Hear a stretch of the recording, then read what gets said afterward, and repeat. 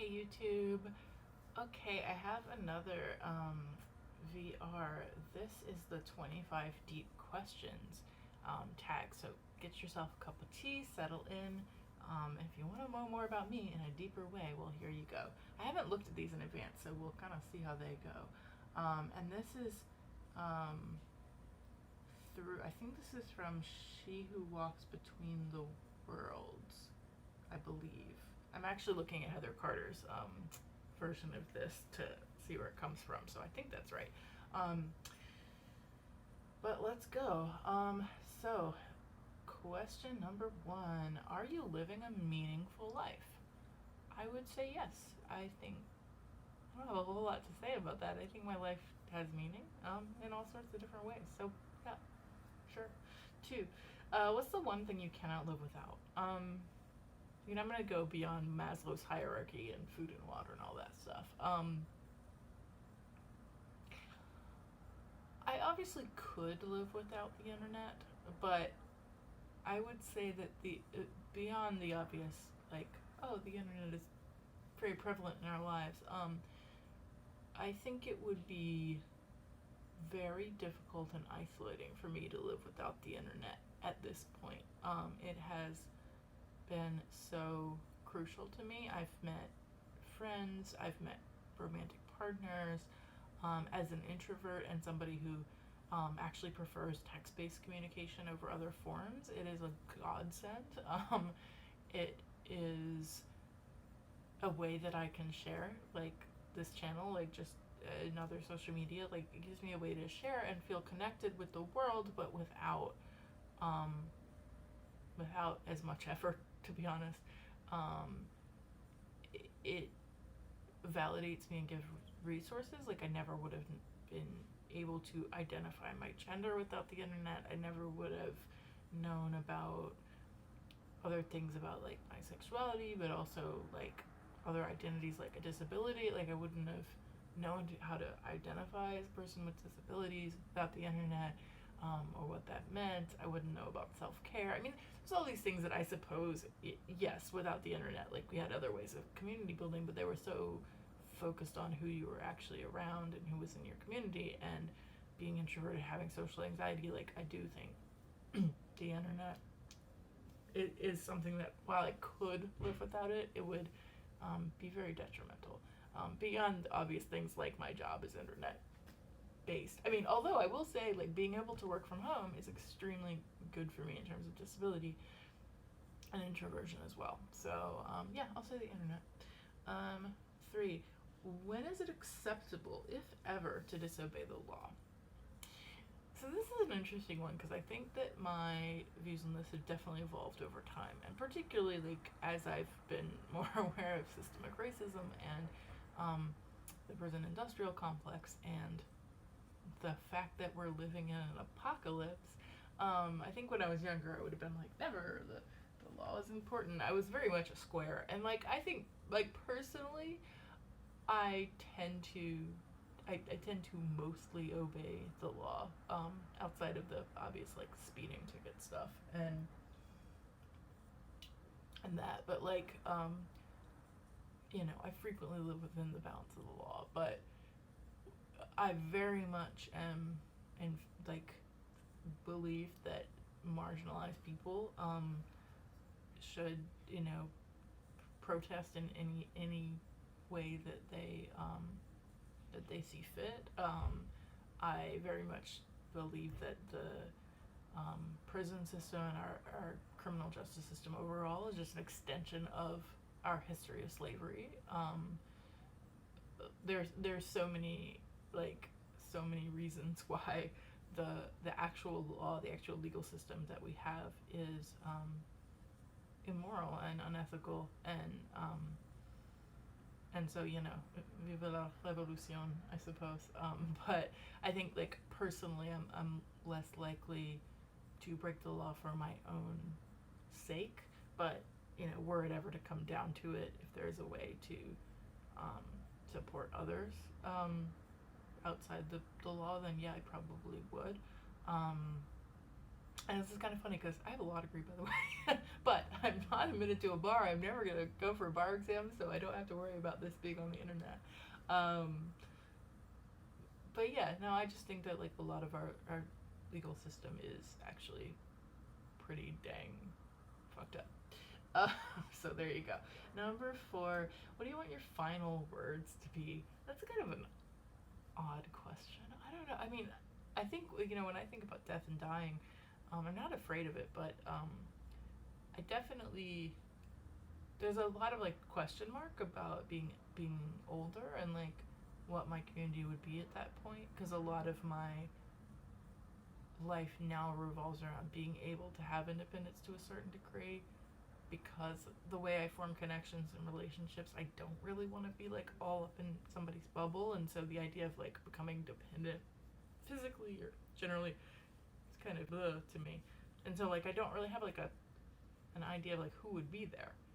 So I think it's hard to say what my final words would be, because it's like, who would I be talking to that influences it? So I don't really have an answer. 5, what inspires you the most? That's interesting. What inspires me the most?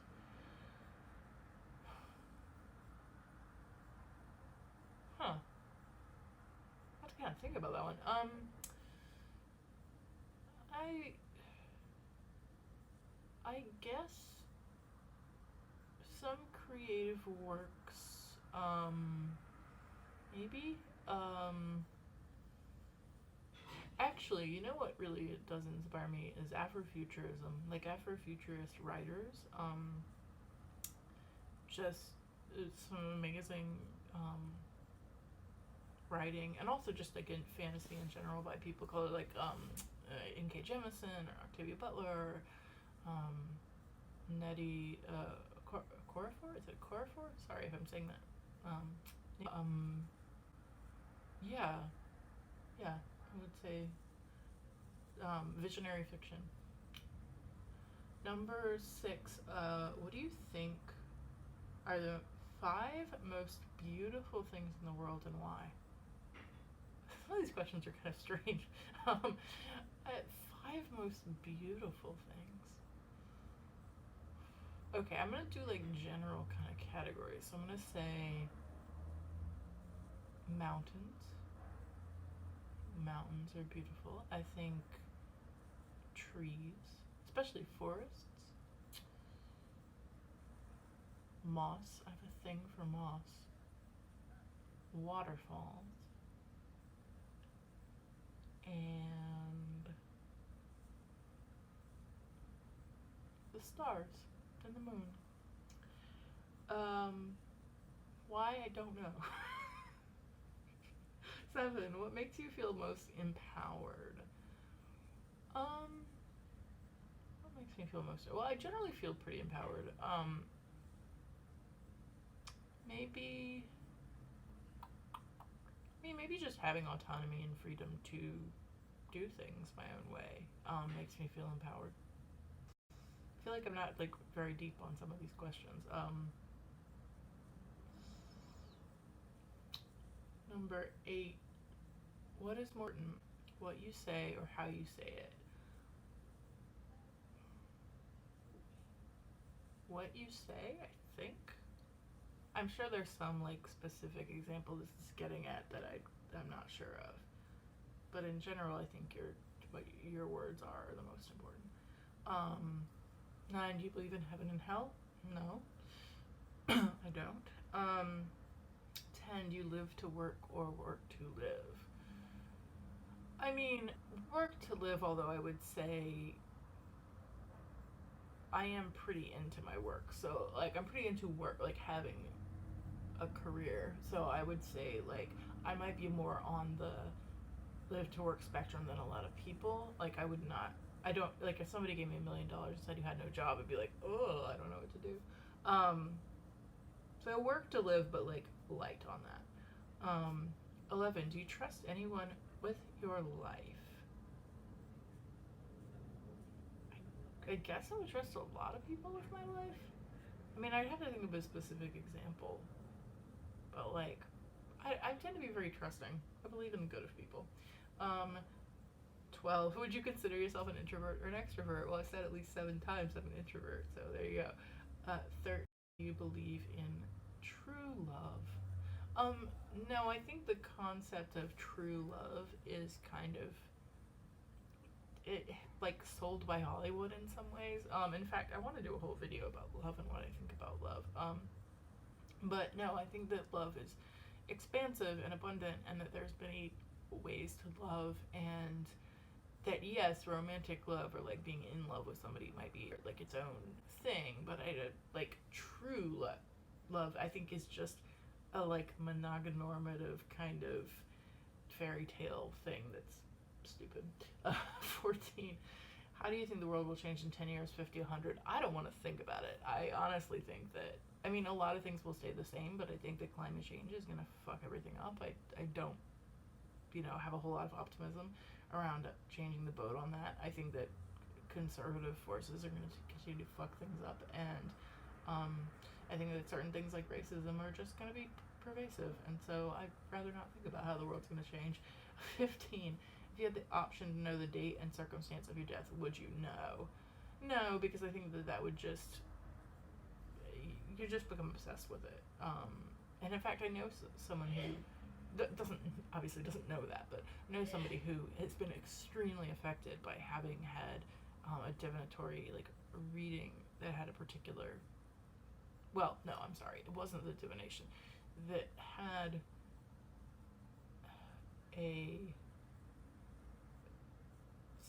someone who was doing a reading can carry or become possessed by, or whatever language you want to use, other entities, and so like another entity through this person gave a year, and it's completely affected this person's life in a way that sucks. So no, don't want to know that.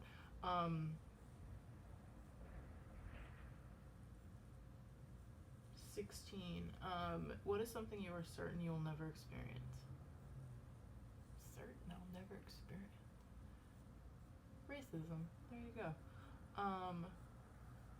17. What impression do you think you give when you first meet someone? Generally pleasant. I don't know. I mean, I think when you first meet someone, there's not a lot. Maybe I'm seem like a little more extroverted or over the top than I actually am. 18. How would your perfect partner treat you? With respect, lots of communication, giving me space, and yeah, lots of communication again. And gifts sometimes, because my love language is gifts, but they don't have to be big and shiny. Just like, I thought of you. This made me think of you. 19. What one responsibility do you wish you did not have? What annoys me? What do I most dislike doing?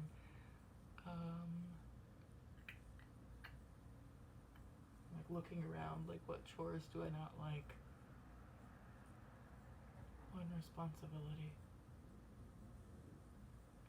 Time tracking. I wish I didn't have to track my time. 20. What is something that you were embarrassed by good at it? Oh, that's man, that's okay. That's interesting.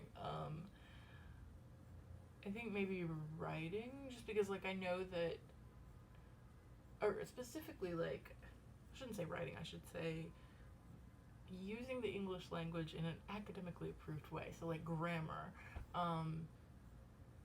but also just writing in general, because I think it's hard when like others aren't as good at writing, and I don't want to like correct somebody, but then I'm not sure, especially in a work environment. It's like, I know that this is kind of awkwardly worded, that's not my job to correct you. I don't know, that always gets weird. 21. How do you recharge? By being alone. Definitely recharge by being alone. Just kind of like watching YouTube, reading fanfic, like kind of just solo stuff. Listening to podcasts. 22. What's the one thing? 22, not 22. 22. What's the one thing you most want to achieve? before you die, I feel like I've actually hit a lot of those bucket list type achievements. So yeah, I don't think I have any left. I'm 34 and I'm fine. 23. What's something that offends you? Racism. 20. 24. What's part of your culture are you most least proud of? I mean, I guess that depends on how you define your culture. I don't know that there's anything that I'm particularly proud about like white European culture, so I'm gonna go with queer culture. Most proud of that we redefine family and who's important to us. I think that's really cool. What I'm least proud of is racism among white queer people. Are you noticing a theme? 25. Okay, last one. What makes you angry about your country? God, everything. Like the biggest thing I suppose would be that we are founded on genocide. Literally. Settler colonialism is genocide. So we are founded on genocide.